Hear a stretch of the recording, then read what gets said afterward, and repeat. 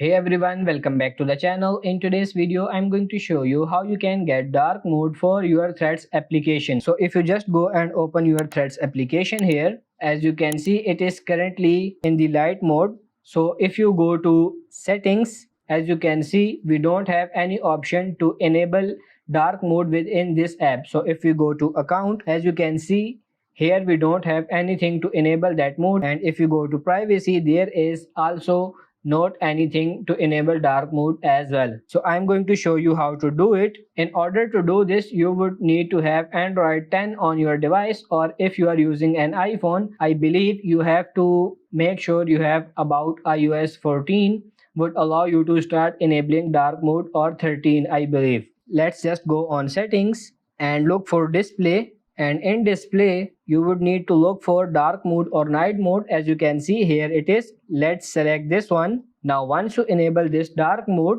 we could go ahead and launch the Thread apps, and you can see it is now in dark mode. So that is basically it. Your device would have to support dark mode in order to enable dark mode for the Threads app. So I hope this video was helpful. If it is, like it and subscribe to the channel. Thank you.